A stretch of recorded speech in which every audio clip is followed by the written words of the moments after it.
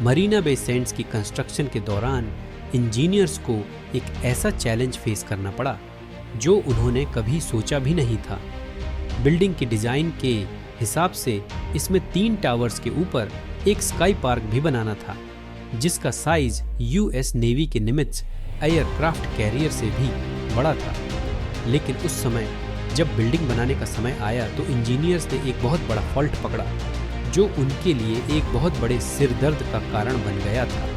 इसका फॉल्ट ये था कि अगर कभी कोई तूफान इस स्ट्रक्चर से टकराया तो तीनों टावर्स के ऊपर वाले हिस्से 200 मिलीमीटर तक झूल सकते हैं, और अगर ऐसी हालत में इसके ऊपर कई टन वजनी स्काई टावर को बनाया गया तो इसमें लाखों लीटर पानी से भरे स्विमिंग पूल में कभी भी दरार आ सकती है, और अगर ऐसा होता है तो इससे जो तबाही हो सकती है उसको इमेजिन करना भी मुश्किल है।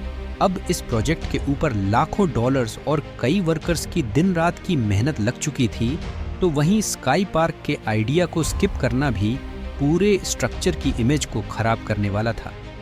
साइंटिस्ट्स को कुछ तो ऐसा करना था जिससे कि तीनों टावर्स तूफान में स्विंग तो करे, लेकिन उनके ऊपर जो स्काई पार्क बना हुआ है उसको और स्विमिंग पूल को जरा भी नुकसान न पहुंचे। मरीना बे सैंड्स की कंस्ट्रक्शन के दौरान इंजीनियर्स के सामने ये एक ऐसी समस्या थी जो पूरी कंस्ट्रक्शन टीम और आर्किटेक्चर टीम को बहुत महंगी पड़ रही थी।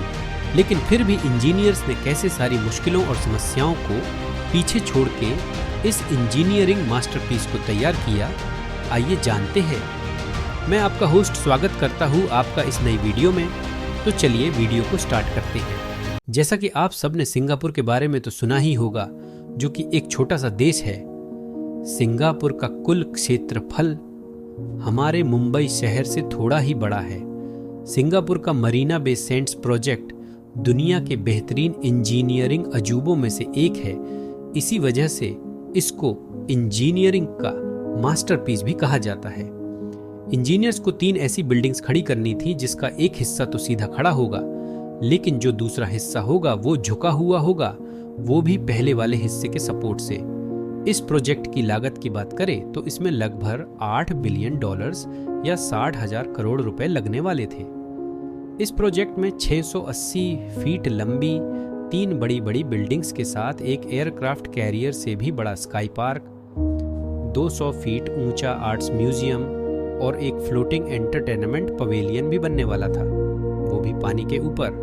मरीना बे सैंड्स को जितनी लागत से बनाया गया था उसमें लगभग 5 बुर्ज खलीफा जैसी बिल्डिंग्स भी बनकर तैयार हो सकती थी। और अगर हम बात करें इसमें लगने वाले वर्कफोर्स यानी मेहनत की, तो इस प्रोजेक्ट में 16,500 वर्कर्स डे नाइट शिफ्ट में काम करते थे। समंदर के किनारे गीली मिट्टी पर फाउंडेशन बनाने से लेकर एक खास एंगल पर मुड़ा हुआ कर्व आकर और उसके भी ऊपर एक स्काई पार्क बनाने तक कंस्ट्रक्शन वर्कर्स और इंजीनियर्स को ऐसी ऐसी मुश्किलों का सामना करना पड़ा जो उन्होंने अपनी पूरी जिंदगी में कभी भी फेस नहीं की थी। आइए एक एक करके ये सारे चैलेंजेस एंड सॉल्यूशन पर नजर डालते हैं कि कैसे इंजीनियर्स ने सारी चुनौतियों को किनारे करके इस मास्टरपीस को बनाया और इंजीनियरिंग की बेहतरीन मिसाल कायम की। Challenge number 1, Marina Bay Sands को बनाने के पीछे अमेरिकन बिजनेसमैन शेल्डन एडल्सन थे, जिनका नाम फोर्ब्स मैगजीन के रिचेस्ट लिस्ट में भी शामिल होता रहा है। एडल्सन यहाँ एक ऐसा प्रोजेक्ट बनाना चाहते थे जो सिंगापुर की पहचान हो। इस तरह का प्रोजेक्ट बनाने के लिए उसका डिजाइन भी बहुत इंप्रेसिव होना चाहिए। इस काम के लिए मोशे सफदी जैसे आर्किटेक्चर के सिवा कोई और ऑप्शन नहीं था। सफदी के डिजाइन जितने इंप्रेसिव होते थे उतने ही कॉम्प्लेक्स भी होते थे। सफदी की कई महीनों की मेहनत के बाद उन्होंने अपना डिजाइन रेडी कर लिया, लेकिन इस डिजाइन ने कंस्ट्रक्शन टीम के लिए एक बड़ा चैलेंज खड़ा कर दिया। कंस्ट्रक्शन टीम के हिसाब से इस प्रोजेक्ट को बनाने में लगभग 7 साल लगने वाले थे, लेकिन एडल्सन चाहते थे कि इस प्रोजेक्ट को जल्दी से जल्दी यानी कि 3 सालों में ही कंप्लीट कर लिया जाए, और इन्हीं 3 सालों में उन्हें इस प्रोजेक्ट को इसके स्काई पार्क के सहित बनाना था। इस चैलेंज को एक्सेप्ट करना ही कंस्ट्रक्शन टीम के लिए बहुत बड़ी बात थी। चैलेंज नंबर 2, कंस्ट्रक्शन के लिए जिस साइट को चुना गया था वहाँ की जमीन समंदर की वजह से सॉफ्ट और चिकनी मिट्टी से भरी हुई थी। इस चिकनी मिट्टी को इंजीनियर्स मरीन क्ले कहते हैं। ये मरीन क्ले बहुत चिकनी होती है, जिस पर कंस्ट्रक्शन तो दूर चलना भी मुश्किल होता है। अगर इस क्ले से सही से ना निपटा गया तो ये बहुत घातक हो सकती है। मरीन क्ले की खास बात ये होती है कि अगर इसको एस्केलेटर से खोद के निकाला जाए तो आसपास की क्ले उस गड्ढे को फिर से उसी तरह भर देती है। इसीलिए 200 मीटर ऊंचे 3 स्ट्रक्चर के फाउंडेशन बनाने के लिए ज़रूरी था कि कोई ऐसा उपाय निकाला जाए कि जब फाउंडेशन के लिए खुदाई करे तो आसपास की क्ले फाउंडेशन को फिर से न भरे। इंजीनियर्स ने इसका भी उपाय निकाला। उन्होंने 1.5 मीटर मोटी कंक्रीट की दीवार बनाने का फैसला किया। इस दीवार को डायाफ्राम वॉल भी कहा जाता है। 4000 मीटर की डायाफ्राम वॉल को ज़मीन के अंदर 50 मीटर की गहराई तक बनाया गया और फिर एस्केलेटर से मिट्टी को निकाल लिया गया। मरीन क्ले से निपटने में ही इंजीनियर्स को 1 साल का समय लग गया, यानी कि अब प्रोजेक्ट को पूरा करने के लिए उनके पास सिर्फ 2 साल का ही समय बचा हुआ था। चैलेंज नंबर 3, मरीन क्ले से छुटकारा पाने के बाद इंजीनियर्स को पूरे मरीना बे सेंट को कंप्लीट करने में सिर्फ 2 साल का समय ही बचा हुआ था और ये एक बहुत बड़ी चुनौती थी। इंजीनियर्स की टीम ने हार नहीं मानी और फैसला किया कि प्रोजेक्ट के हर तरह का कंस्ट्रक्शन एक साथ ही किया जाए, लेकिन इसके लिए भी वर्कर्स की बहुत बड़ी आर्मी की ज़रूरत थी। इसमें 16,500 वर्कर्स को एक साथ डे नाइट शिफ्ट में काम करने के लिए हायर किया गया। वर्कर्स की इतनी बड़ी आर्मी को मैनेज करना और उन्हें समय पे खाना देना भी एक बहुत बड़ी चुनौती थी। इसके लिए दुनिया की सबसे बड़ी कैंटीन बनाई गई। इस कैंटीन में सिर्फ एक टाइम का खाना बनाने में $81,500 यानी कि लगभग 61 लाख रुपये का खर्च आता था। चैलेंज नंबर 4, तीनों टॉवर्स को बनाने में समस्या ये थी कि इनका एक हिस्सा बिल्कुल सीधा और दूसरा हिस्सा एक खास एंगल पर कर्व्ड होगा। साथ ही दोनों हिस्से एक दूसरे की सपोर्ट से खड़े होंगे। ये डिजाइन की तौर की काफ़ी आसान था, लेकिन इसको प्रैक्टिकली बनाना एक ऐसा चैलेंज था जिसको आज से पहले किसी ने भी नहीं किया था। अगर इन टॉवर्स को प्रॉपर प्लानिंग और कैलकुलेशन के साथ न बनाया गया तो कर्व्ड हिस्से के वजन से सीधा हिस्सा टूट भी सकता है। इस डिज़ाइन को बनाने के लिए इंजीनियर्स ने एक शानदार तरीका ढूंढ निकाला। कंक्रीट ब्लॉक्स की मदद से हर 4 दिनों में एक फ्लोर खड़ा होता गया। इसी के साथ कर्व्ड हिस्से में सपोर्ट के लिए स्टील वायर्स डाली गई और इसी के साथ जैसे जैसे बिल्डिंग की हाइट बढ़ती गई, दोनों हिस्सों को स्टील फ्रेम की टेम्पररी सपोर्ट भी दी गई। 23वें फ्लोर पे जहां कर्व्ड हिस्सा दूसरे से आके मिला, वहां स्टील ट्रस की मदद से दोनों हिस्सों को आपस में मिला दिया गया और फिर सपोर्ट के लिए लगाए गए ये स्टील फ्रेम को भी हटा दिए गए।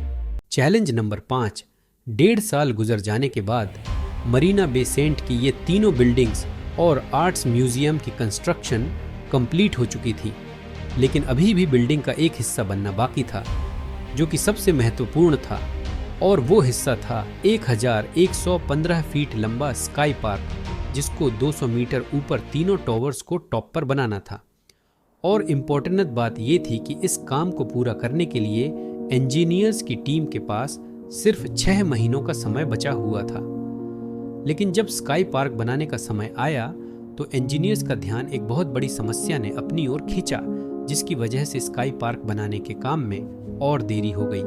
क्योंकि तीनों टॉवर्स एक दूसरे से पूरी तरह से अलग अलग बनाए गए थे, मतलब कि इन तीनों टॉवर्स का आपस में कोई भी कनेक्शन नहीं था। इसी वजह से इंजीनियर्स ने सोचा कि तेज हवा या तूफान के समय तीनों टॉवर्स अलग अलग डायरेक्शन में स्विंग कर सकते हैं, और ऐसी हालत में इनके ऊपर स्काई पार्क बनाया गया तो इससे बहुत बड़ी तबाही भी हो सकती है।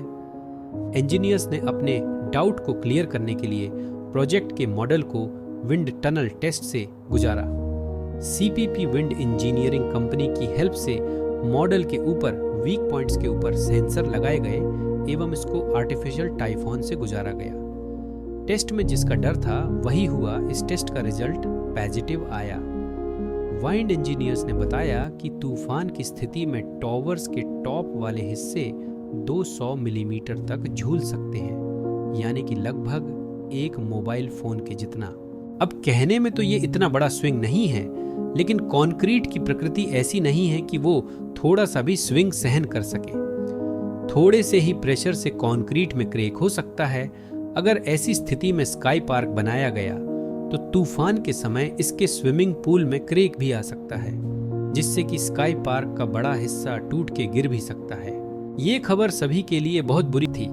एक तरफ 16,500 वर्कर्स की मेहनत लग चुकी थी, तो वही दूसरी तरफ करोड़ों डॉलर्स बहाए जा चुके थे। इसलिए अब बिल्डिंग को तोड़ के फिर से बनाना तो किसी भी कंडीशन में पॉसिबल नहीं था। इंजीनियर्स को हर हाल में कोई ऐसा तरीका ढूंढना ही था जिससे कि तीनों टावर्स भले ही स्विंग हो, लेकिन उसका कोई भी असर स्काई पार्क पर ना हो। इंजीनियर्स की महीनों की मेहनत और लगन के बाद आखिरकार उन्हें एक सॉल्यूशन मिला। ब्रिज इंजीनियरिंग टेक्नोलॉजी को यूज करके मूवमेंट्स जॉइंट्स इंट्रोड्यूस करने का फैसला लिया गया, जिसमें पूरा स्काई पार्क एक स्टील ब्रिज के ऊपर बनाया जाएगा। साथ ही इस स्टील ब्रिज में खास मूवमेंट्स जॉइंट्स भी रखे जाएंगे, जिनके अंदर 250 मिलीमीटर की मूवमेंट्स झेलने की काबिलियत हो। इसके लिए जरूरी था कि स्काई पार्क को 3 अलग अलग हिस्सों में बनाया जाए। इसमें करीब 150 मीटर लंबा इन्फिनिटी पुल बनाना अब पॉसिबल नहीं था, इसलिए इंजीनियर्स ने दूसरा रास्ता निकाला। उन्होंने डिसाइड किया कि इन्फिनिटी पुल को 50-50 मीटर के 3 पूल्स में डिवाइड कर दिया जाए और इनके बीच में मूवमेंट्स के लिए खाली जगह छोड़ दी जाए। चैलेंज नंबर 6, स्काई पार्क की स्टील ब्रिज की कंस्ट्रक्शन में टोटल 1400 टन स्टील का उपयोग होने वाला था। इतना ज्यादा वजन इतनी ऊंचाई तक ले जाना संभव नहीं था, इसीलिए स्काई पार्क की कंस्ट्रक्शन को 14 सेगमेंट्स में डिवाइड करके उन्हें ऊपर ले जाकर असेंबल करने का फैसला लिया गया। 14 स्टील के बड़े बड़े स्ट्रक्चर को टावर के टॉप पर ले जाने के लिए स्विस फ्रेंच कंपनी VSL की मदद से दुनिया की सबसे बड़ी लिफ्ट बनाई गई, जो 16 घंटों में सिर्फ एक हिस्से को ऊपर तक पहुंचा सकती थी। लिफ्टिंग प्रोसेस को अभी शुरू ही किया था कि समुद्री तूफान का खतरा मंडराने लगा। तूफान की स्थिति में लिफ्ट से लटका 100 टन का स्टील स्ट्रक्चर हवा से स्विंग करके टावर को भी नुकसान पहुंचा सकता था और नीचे भी गिर सकता था। सुबह स्टार्ट होने वाला लिफ्टिंग प्रोसेस तूफान की वजह से कई घंटों तक सस्पेंडेड रहा और फिर आधी रात को फ्रेम का पहला हिस्सा टॉप तक पहुंच पाया।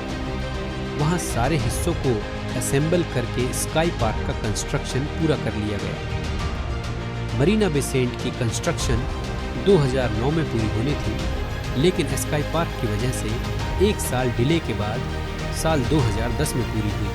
दोस्तों, आज के समय में मरीना बे सेंट लाखों टूरिस्ट्स को अपनी ओर आकर्षित करता है, लेकिन इसी के साथ ये बात भी याद रखने वाली है कि इस इंजीनियरिंग मास्टरपीस को बनाने में 15,500 वर्कर्स की दिन रात की मेहनत और पसीना शामिल है। तो दोस्तों, आपको आज का ये हमारा वीडियो कैसा लगा हमें कमेंट्स में ज़रूर बताएं और साथ ही वीडियो को लाइक करके अपने दोस्तों के साथ शेयर करना ना भूलें। मैं आपसे मिलूंगा नेक्स्ट वीडियो में, तब तक के लिए बाय एंड टेक केयर।